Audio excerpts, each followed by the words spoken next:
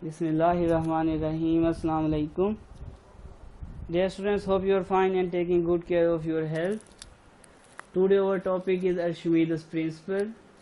This is very important topic because mostly asked in exam as a long question, but also there are two important short questions in this topic. First is the define of upthrust force and second is Archimedes principle. These two questions are asked as a short question in exams, and mostly Archimedes principle is asked as a long question, and it is a very important topic. So before starting the statement of Archimedes principle, we discuss some examples to understand what is Archimedes principle. First example is an air-filled balloon immediately shoots up to the surface when released under the water. जब भी पानी में हम कोई balloon डालते हैं तो वो इमीडिएटली क्या आता है, सरफेस पर आ जाता है. The same would happen if a piece of wood is released under the water. ये एक फ्लास्क है, इसमें इस पॉइंट तक लिक्विड को हमने क्या किया हुआ है, फिलअप किया हुआ है. जब भी हम इसमें कोई बलून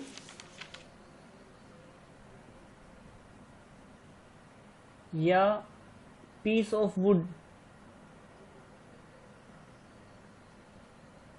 डालते हैं तो जब भी हम उसे यहाँ तक इमर्स करते हैं तो या डिप करते हैं यहाँ तक, ये दोनों piece of wood and balloon जो है वो शूट अप कर जाते हैं. आपने देखा होगा, अगर आपने कभी इसको एग्जामिन नहीं किया तो आप एक बलून लें, उसमें हवा भरें और उसे जो ही आप वाटर में डालेंगे वो क्या करेगा, शूट अप करेगा, सरफेस पर आ जाएगा, वो नीचे नहीं जाएगा.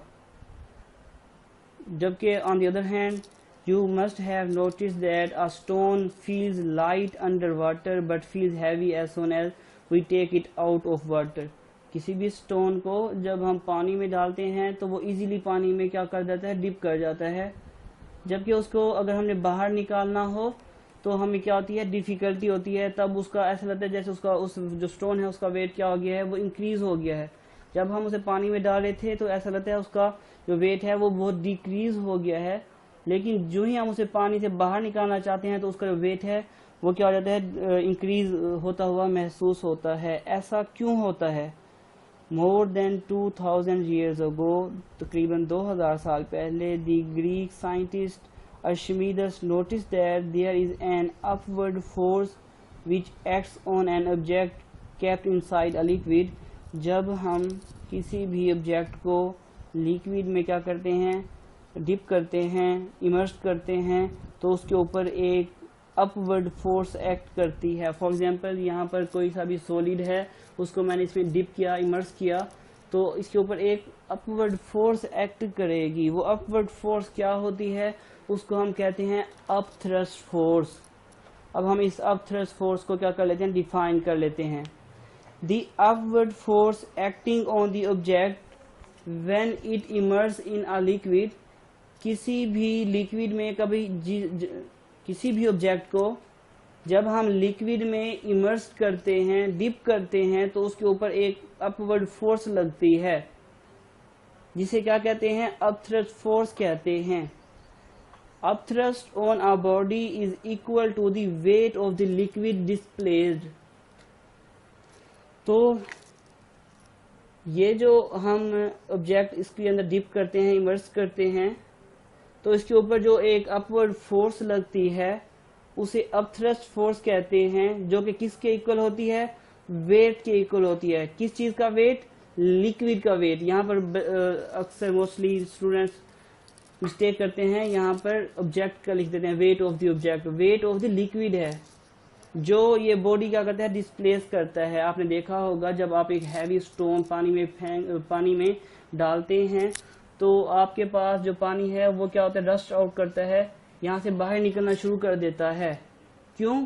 क्योंकि वो जो सॉलिड है वो उसने ये जो जगह इसने क्या की हुई है, कैप्ट की हुई है, ये यहाँ से लिक्विड को डिस्प्लेस कर देता है. जो डिस्प्लेस करता है वो वहां से रश आउट करता है, वहां से निकलना शुरू कर देता है वाटर. तो जितना लिक्विड इसने क्या किया, डिस्प्लेस किया यहाँ से, जो कि रश आउट हुआ हमारे पास बाद में, तो जितना इसने क्या किया, डिस्प्लेस किया, उसके वेट के इक्वल ये अपथ्रस्ट फोर्स होती है।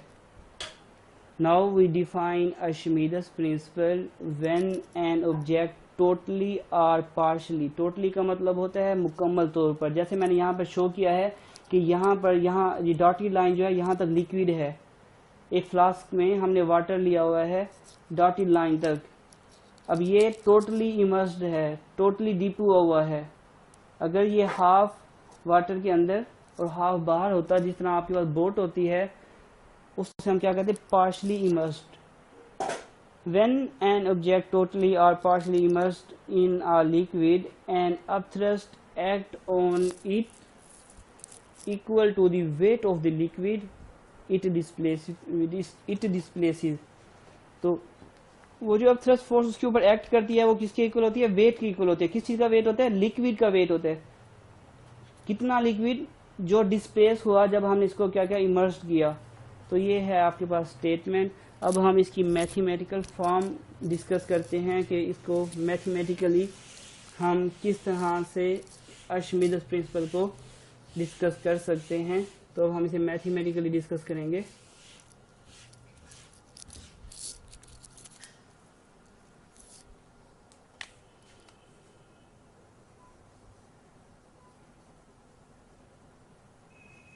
मैथमेटिकली, और जो यहाँ पर अपथ्रस्ट फोर्स मैंने आपको बताई है, आप इसको यहाँ से वीडियो लेक्चर से क्या कर लेंगे, अपनी बुक्स पर लिख लेंगे, क्योंकि आपकी बुक्स में प्रॉपर्ली अपथ्रस्ट फोर्स की डिफाइन नहीं लिखी हुई, इसलिए मोस्टली स्टूडेंट्स क्या कर लेते हैं, गलत कर लेते हैं। तो मैथमेटिकल फॉर्म अब इसकी हम क्या करने जा रहे हैं, डिस्कस करने जा रहे हैं। कंसीडर अ सॉलिड सिलेंडर, हमने एक सॉलिड सिलेंडर लिया है जिसका क्रॉस सेक्शनल एरिया क्या है, आपके पास ए है एंड हाइट एच, और इसकी हाइट क्या है, एच है। इमर्स्ड इन अ लिक्विड, एक लिक्विड में हमने उसे क्या कर लिया है, डिप कर लिया है। Let H1 and H2 be the depths of the top and bottom faces of the cylinder respectively from the surface of the liquid. Liquid की सरफेस कहाँ तक है, डॉटेड लाइन तक है। लेट किया कि जो H2 है वो डेप्थ की हाइट है, डेप्थ की जहाँ तक लिक्विड है वहाँ तक जो हाइट है वो H2 है, और जो ये जो सॉलिड है उसकी जो टॉप है, ये डेप्थ, ये टॉप, जो टॉप से लेकर लिक्विड की जो सरफेस है वहाँ तक जो हाइट है वो H1 है। दो हाइट्स ली हैं, एक है H1 एक है H2। H1 क्या है, सॉलिड का जो टॉप है वहाँ से लेकर जो आपके पास लिक्विड की टॉप है, जहाँ तक हमने लिक्विड लिया हुआ है वहाँ तक जो हाइट है वो है H1, और ये जो सॉलिड की डेप्थ है उसकी हाइट कहाँ से, जहाँ तक हमने लिक्विड लिया हुआ है वहाँ तक जो हाइट है वो है H2। तो अगर आपने H की वैल्यू फाइंड करनी हो तो आप कर सकते हैं, क्या आएगा आपके पास, H2 minus H1 is equal to H। बिल्कुल इसी तरह अगर ये मैं 3 पॉइंट्स ले लेता हूँ, एक है A, एक है B और एक है C।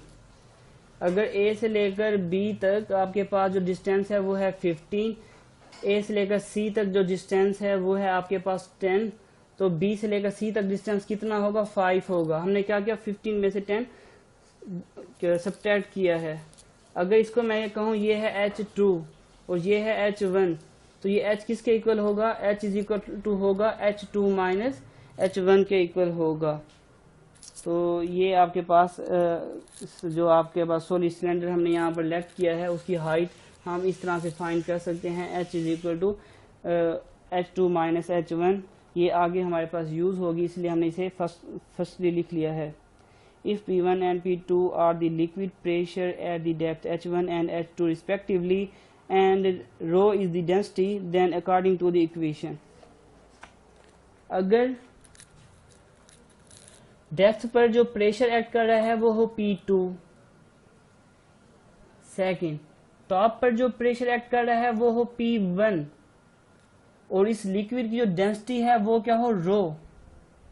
तो हमारे पास जो प्रेशर है वो किसके इक्वल होगा ये हम देख लेते हैं। आपने पिछला जो टॉपिक है आप अपनी टेक्स्ट बुक ओपन करें, पेज नंबर 151, उसमें लिखा हुआ है प्रेशर इन लिक्विड इसमें हमने एक इक्वेशन फाइंड की थी प्रेशर की, कि प्रेशर इन लिक्विड्स किसके इक्वल होता है, प्रेशर इन लिक्विड्स होता है pressure is equal to rho g h के इक्वल होता है। जो जो हम डेप्थ की तरफ जाते हैं प्रेशर इंक्रीज होता जाता है। ये हमने उस टॉपिक में लिखा हुआ है पेज नंबर 152 पे, कि आपके पास जो प्रेशर है वो डेप्थ के साथ इंक्रीज होता जाता है। तो जाहिर है यहाँ पर प्रेशर की वैल्यू डिफरेंट होगी, यहाँ पर प्रेशर की वैल्यू डिफरेंट होगी। इसलिए एक को हमने नाम दे दिया P1 का और एक को नाम दे दिया P2 का। P1 क्या है, रो जी H1, H1 हाइट पर जो प्रेशर है, और जो P2 है वो क्या है, रो जी H2, और रो यहाँ पर क्या है, वो है डेंसिटी का सिंबल है। डेंसिटी का सिंबल क्या होता है, रो होता है। In previous lecture we discussed in detail pressure in liquids, and in the last we find this mathematical form that is equal to pressure is equal to rho gh। अब जो height की depth के साथ साथ pressure increase होता जाता है। That's why आपके पास जो टॉप है उसके ऊपर जो प्रेशर होगा वो उस हाइट के हिसाब से होगा। टॉप पर जो हाइट है वो है H1, तो प्रेशर आपके पास क्या होगा, रो जी H1। और आपके पास जो डेप्थ है वहां पर हाइट है H2, तो प्रेशर भी उसी हिसाब से होगा जो कि P2 होगा, जो कि हमारे पास है रो जी H2। नाउ ये जो हमारे पास मैथमेटिकल फॉर्म है ये हमारे पास कहाँ से आई है, प्रेशर इन लिक्विड, जो कि हम प्रीवियस टॉपिक जो है डिस्कस कर चुके हैं। उसमें हमने इसकी मैथमेटिकल फॉर्म डिटेल से फाइंड की थी कि रो जी एच किस तरह से आता है हमारे पास। Now let the force F1 be exerted at the cylinder top by the liquid. फर्ज कर लेते हैं जो आपके पास टॉप है, सिलेंडर का टॉप है, यहाँ पर जो फोर्स है वो F1 है, जो प्रेशर P1 की वजह से लग रही है, और जो डेप्थ है सिलेंडर की वहाँ पर जो फोर्स F2 है जो बॉटम पे लग रही है सिलेंडर के लिक्विड की वजह से, प्रेशर P2 की वजह से। तो हमने प्रेशर का फार्मूला पढ़ा है, pressure P is equal to force per unit area. Actually हम यहाँ पर क्या फाइंड करने जा रहे हैं, आर्किमिडीज प्रिंसिपल में एक फोर्स डिस्कस हुई है जो कि क्या है, अपथ्रस्ट फोर्स है।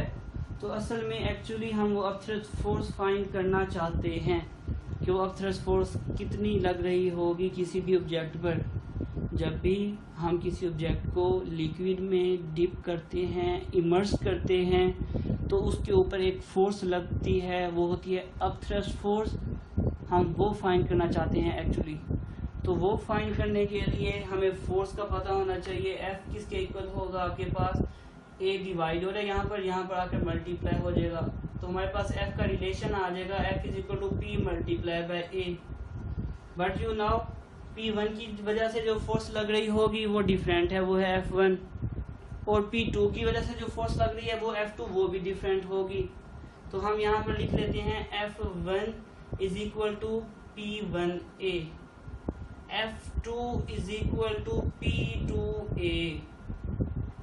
हमने क्या किया, F1 को P1A और F2 को P2A लिख लिया है, क्योंकि P1 की वजह से जो फोर्स लगेगी वो डिफरेंट होगी और P2 की वजह से जो लगेगी वो डिफरेंट होगी। असल में हमने अपथ्रस्ट फोर्स फाइंड करनी है। जो अपथ्रस्ट फोर्स है वो नेट फोर्स के इक्वल होती है, कि मतलब टोटल फोर्स कितनी लग रही है। तो जो हम नेट फोर्स है वो किस तरह से डिफाइन करते हैं, डिफरेंस लेकर, फोर्सेस का डिफरेंस लेकर नेट फोर्स फाइंड करते हैं। तो हमारे पास यहाँ पर आएगा F2 minus F1 that is equal to upthrust force. In chapter number 4 हमने डिस्कस किया था कि नेट फोर्स किस तरह से फाइंड करते हैं। नेट फोर्स फोर्सेस का डिफरेंस लेकर फाइंड करते हैं, इसलिए हमने यहाँ पर क्या लिखा, F2 माइनस F1। और F1 माइनस F2 क्यों नहीं लिखा, क्योंकि F2 फोर्स जो है वो F1 फोर्स से क्या होती है, ज़्यादा होती है। अभी हमने डिस्कस किया था किसी भी स्टोन को जब हम डिप करते हैं तो इस तरह से लगता है कि उसका वेट क्या है, कम है, हमें ज़्यादा फोर्स नहीं लगानी पड़ती। लेकिन जब हम किसी भी स्टोन को उस लिक्विड से ऊपर की तरफ बाहर निकालना चाहें तो उसका वेट इंक्रीज हो जाता है। वेट क्या है, एक फोर्स है, तो हमें ज़्यादा फोर्स लगाकर उसको क्या करना होगा, उस लिक्विड से बाहर निकालना होगा। जब हम उसे लिक्विड में डिप करेंगे तो कम फोर्स दरकार होगी, और जब हम उसे बाहर निकालेंगे तो ज़्यादा फोर्स लगानी पड़ेगी। तो इसलिए F2 फोर्स किस डायरेक्शन में लग रही है, अपवर्ड डायरेक्शन में लग रही है। तो जाहिर सी बात है F2 ज़्यादा होगी, तो ज़्यादा अमाउंट में से कम अमाउंट को क्या करते हैं, सब्ट्रैक्ट करते हैं। इसलिए यहाँ पर आएगा F2 माइनस F1। आपके पास F2 है P2A के इक्वल, और P2 आपके पास क्या है, रो जी H2, और यहाँ पर क्या आ जाएगा, आपके पास A आ जाएगा।